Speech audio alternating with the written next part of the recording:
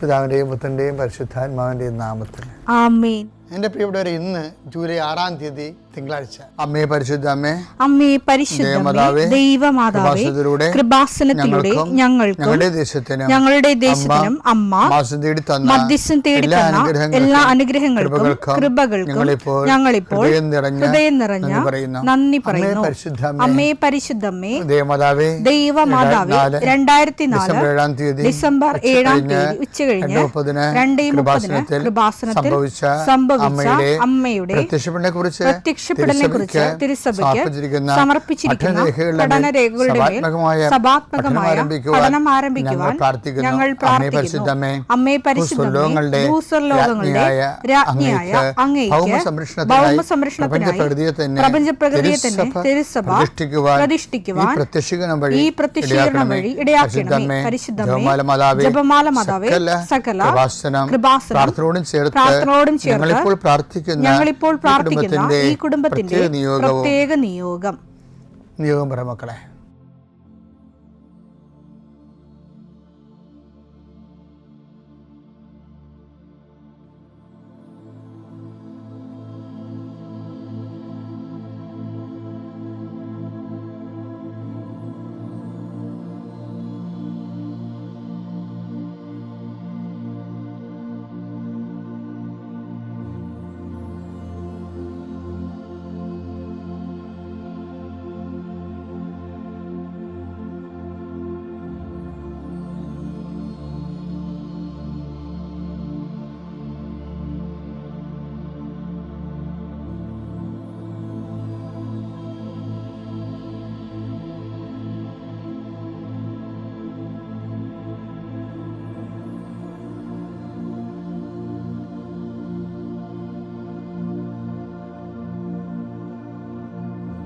അമ്മയുടെ പ്രത്യക്ഷീകരണത്തിന്റെ ഈ അനുഗ്രഹവേളയിൽ ഞങ്ങൾക്ക് സാധിച്ചു തരുവാൻ കനിയണമേ.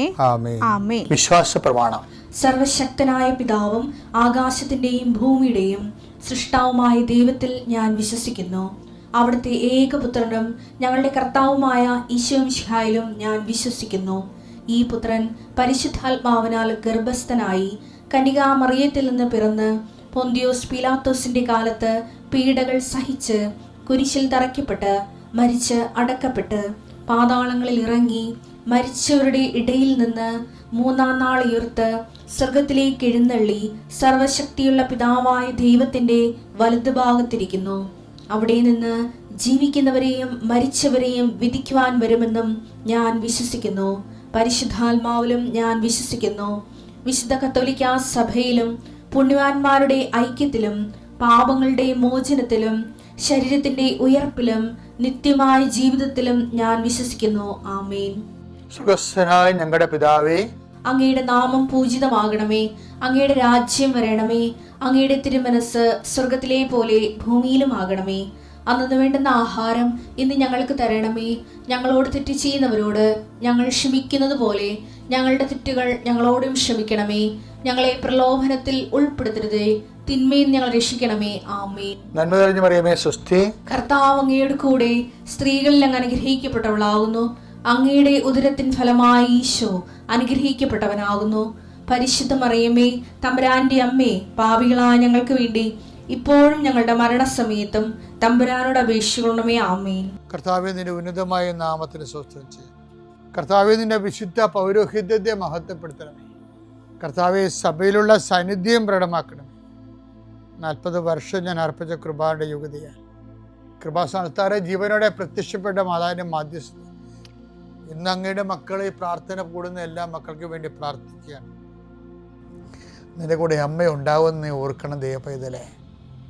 കർത്താവ്, കിടപ്പായിപ്പോയവർ, ഇങ്ങനെ ഒരു ആരോഗ്യമുണ്ട് പക്ഷെ കിടന്നു പോയവർ, ചിലപ്പോൾ അപകടം ഉണ്ടായി കിടന്നു പോയവർ, കർത്താവെ പ്രഷർ വന്ന് കിടന്നു പോയവർ, കർത്താവിൻ്റെ തിരുമുറുവാർന്ന വലതുകരം ആണിപ്പെടുതാടുന്ന അത്ഭുതകരം ആ കിടന്നുപോയ മക്കളുടെ മേൽ ശരീരത്തിൽ തലയ്ക്കപ്പെടട്ടെ.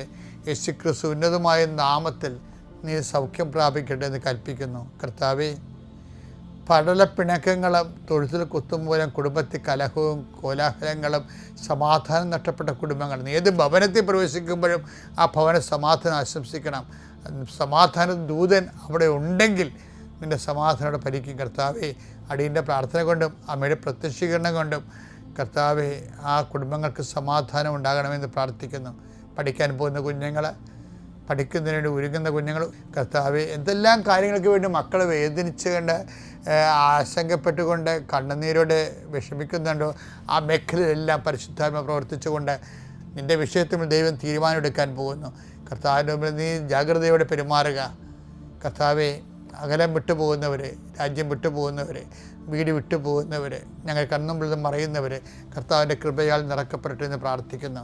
എൻ്റെ കർത്താവെ, ജോലിയില്ലാത്തതിൻ്റെ പേരിൽ വിസ പുതുക്കാത്തതിൻ്റെ പേരിലും യാത്രയ്ക്ക് നാട്ടിലേക്ക് വരാൻ പറ്റാത്തതിൻ്റെ പേരിലും തിരിച്ചു പോകാൻ പറ്റാത്തതിൻ്റെ പേരിലൊക്കെ കുടുങ്ങി കിടക്കുന്നവർ, എൻ്റെ കർത്താവിൻ്റെതുമായ എന്തെങ്കിലും ബന്ധനങ്ങളെ ഞാൻ അർപ്പിച്ച 40 വർഷത്തെ ബലിയുടെ ശക്തിയാൽ ബന്ധിക്കുന്നു, അഴിച്ചു മാറ്റുന്നു.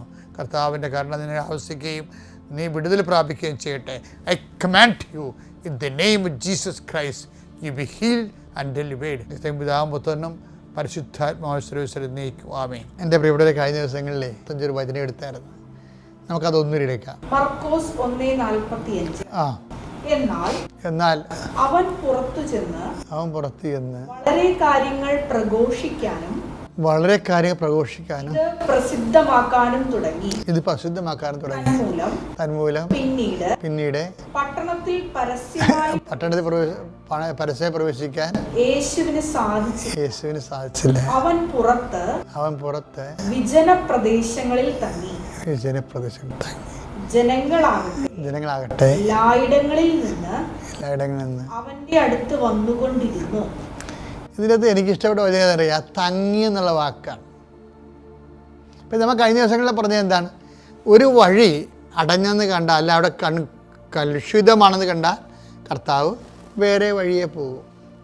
അതുപോലെ തന്നെയാണ് ഇപ്പോൾ ആ കുഷ്ഠരോഗി സുഖപ്പെട്ടപ്പോൾ അവനോട് പറഞ്ഞായിരുന്ന കർത്താവ്, ആരോടും ചെന്നൊന്നും പറഞ്ഞേക്കരുത് എന്ന് പറഞ്ഞായിരുന്നു. പക്ഷേ ആ അണ്ണൻ പോയി എല്ലാവരോടും പറഞ്ഞ്. അത് കാരണം യേശുവിനെ പരസ്യമായിട്ട് നടക്കാൻ പറ്റുന്നതിനല്ല, യേശുവിനെ ശത്രുക്കൾ യേശുവിനെ അന്വേഷിക്കാൻ തുടങ്ങി. അപ്പോൾ ശത്രുപാളയത്തിൻ്റെ മണം വന്നപ്പോൾ യേശു എന്ത് ചെയ്ത്? പിന്നെ പ്രൊസീഡ് ചെയ്തില്ല. പിന്നെ എന്ത് ചെയ്ത്? അവൻ വിജനപ്രദേശത്ത് തങ്ങി എന്നാണ് പറയണത്. വിജനപ്രദേശം എന്ന് പറഞ്ഞാൽ എന്താണെന്ന് അറിയാമല്ലോ. അത് ഒരേ സമയം തന്നെ ദൈവസന്നിധാനമാണ്. ദൈവസന്നിധാനത്തേക്ക് അവൻ തങ്ങുകയാണ്. നമുക്ക് ചുറ്റും വിഷയങ്ങൾ കോംപ്ലിക്കേറ്റഡ് ആകുമ്പോൾ നമുക്ക് തങ്ങേണ്ടി വരും കർത്താവിൻ്റെ അടുത്ത്. പിന്നെ മുന്നോട്ട് പോകരുത്. ഇപ്പം കേസ് കൊടുക്കേണ്ട കേസാണെങ്കിലും ഇപ്പം ഞാൻ ചിലരോടൊക്കെ പറയും, കേസ് കൊടുക്കേണ്ട, വരട്ടെ, വെയിറ്റ് ചെയ്യും, പ്രാർത്ഥിക്കെന്ന് പറയും. എന്താ കാര്യം? ഇപ്പോഴും നമ്മൾ ഈ കേസ് കൊടുക്കാൻ വേണ്ടി ഇങ്ങനെ വികാരം കൊണ്ട് നിൽക്കുന്ന ആൾക്കാരില്ലേ, അവരുടെ ഇപ്പോഴത്തെ വികാരമാണത്. അപ്പോൾ നമ്മൾ ആ ഒരു അരിശത്തിൽ പോയി അറ്റിച്ചടിക്കഴിഞ്ഞാൽ എന്ത് ചെയ്യും? പിന്നെ നമുക്ക് കുറച്ച് കഴിയുമ്പോൾ കേസ് പരിശുദ്ധാത്മാവ് പ്രവർത്തിക്കാൻ തന്ന സമയത്ത് കേസ് പിൻവലിക്കാൻ തോന്നും. കാര്യം നമ്മൾ അറിയാതെ നമ്മുടെ വക്കീൽ തന്നെയായിരിക്കും അപ്പുറത്തെ വക്കീലും, അല്ലെങ്കിൽ നമ്മുടെ വക്കീലും, നമ്മുടെ വാദിയാണെങ്കിൽ പ്രതിഭാഗം വക്കീലും ഈ നമ്മുടെ വക്കീലും കൂടി ഒരു ക്ലാസ്സിൽ പഠിച്ച ആൾക്കാരായിരിക്കും. ഇവന്മാർ തമ്മിലുള്ള യുദ്ധമല്ലേ കോടതിയിലെ. അപ്പോൾ അവർ എന്ത് ചെയ്യും? അവർ 10 പൈസ ഇവരിൽ നിന്ന് 2 പേരിൽ നിന്ന് ഉണ്ടാക്കിയിട്ട് ആ സംഭവം അവസാനം കൊണ്ട് കോംപ്രമൈസ് ആക്കും. എന്നാൽ പിന്നെ ഇത് ആദ്യം ചെയ്യാൻ പാടില്ലേ, അത് ചെയ്താൽ അവർക്ക് കാശ് കിട്ടുക. അപ്പോൾ അതുകൊണ്ട് ചില സമയത്ത് നമ്മൾ പ്രൊസീഡ് ചെയ്യരുത്. ഇപ്പം നമ്മൾ പറയത്തില്ല, എല്ലാവരും പറയുന്നത് ട്രാഫിക് ലോ ഇല്ലേ, സ്റ്റോപ്പ്, ലുക്ക് ആൻഡ് പ്രൊസീഡ് എന്ന്. ട്രാഫിക് ലോ ആണത്. ഒരു റോഡ് കവർ ചെയ്യുമ്പോൾ നമ്മൾ ആദ്യം സ്റ്റോപ്പ് ചെയ്യണം. വന്ന് വരെ അങ്ങോട്ട് കയറി പോകരുത്. ചിലപ്പോൾ ഇടികൊണ്ട് ചിലപ്പോൾ ചമ്മന്തി പരുവത്തിലാവും. അത് സ്റ്റോപ്പ്, പിന്നെ എന്ത് ചെയ്യണം? ലുക്ക്, പിന്നെ എന്ത് ചെയ്യണം? പ്രൊസീഡ്. അങ്ങനെ അത് ട്രാഫിക് ലോ അല്ലേ. പക്ഷേ ബൈബിളിൽ ലോ ലുക്കില്ല എൻ്റെ അകത്ത്. സ്റ്റോപ്പ് എന്ന് പറഞ്ഞതിന് ശേഷം പിന്നീട് പറയും ഹാൾട്ട് എന്ന് പറയും. അതാണ് തങ്ങുക എന്ന് പറയുന്നത്. Stop, halt and proceed. Halt എന്നാണ് പറയണത്, അല്ല ലുക്ക് എന്നല്ല പറയണത്.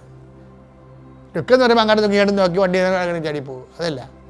ഹാൾട്ട്, കാരണം നീ അങ്ങോട്ട് ചെന്നിട്ടും വലിയ കാര്യമൊന്നുമില്ല. അപ്പം നീയല്ലേ പോണത്. റോഡ് ക്രോസ് ചെയ്യണമല്ല ലക്ഷ്യം. റോഡ് ക്രോസ് ചെയ്തിട്ട് നീ എന്ത് ചെയ്യും എന്നുള്ളതാണല്ലോ ലക്ഷ്യം. റോഡ് ക്രോസ് ചെയ്യണ ഒരു മാർഗം മാത്രമല്ലേ. റോഡ് ചെയ്യുക എന്തിനാണ് അപ്പുറത്ത് ചെല്ലണത്, അതല്ലേ ലക്ഷ്യം. അപ്പോൾ അതുകൊണ്ട് ബൈബിൾ പറയും സ്റ്റോപ്പ്, ലുക്ക് ആൻഡ് പ്രൊസീഡ് അല്ല, സ്റ്റോപ്പ്, ഹാൾട്ട് ആൻഡ് പ്രൊസീഡ്. ചില സമയത്ത് ഹോൾട്ട് ചെയ്യണം, കേസൊന്നും കൊടുക്കേണ്ട, അവിടെ നിൽക്കാൻ പറയണം, നിൽക്കട്ടെ, എന്നിട്ട് പ്രെയർ ചെയ്യണം, എംപവർ ചെയ്യണം, നമ്മളെ തന്നെ എംപവർ ചെയ്യണം. പിന്നെ നമ്മൾക്ക് വേണ്ടി വാദിക്കാൻ കർത്താവ് ഫീൽഡിൽ വരും, വരണവരെ നമ്മൾ വെയിറ്റ് ചെയ്യണം. കാരണം ദൈവം പണ്ടുപോലെ വാദിക്കുന്ന ആളാണ്, തൻ്റെ മക്കൾക്ക് വേണ്ടി വാദിക്കുന്ന ആളാണ്. അപ്പം നമ്മളെന്താ ചെയ്യണത്? തൻ്റെ മക്കളായിരിക്കാൻ വേണ്ടിയുള്ള യോഗ്യത നേടാൻ വേണ്ടിയാണ് നമ്മളെ തന്നെ ഒരുക്കുന്ന സുവിശേഷവിഹിതമായിട്ട്. പിതാവിൻ്റെയും പുത്രൻ്റെയും പരിശുദ്ധാത്മാവിൻ്റെ നാമത്തിൽ.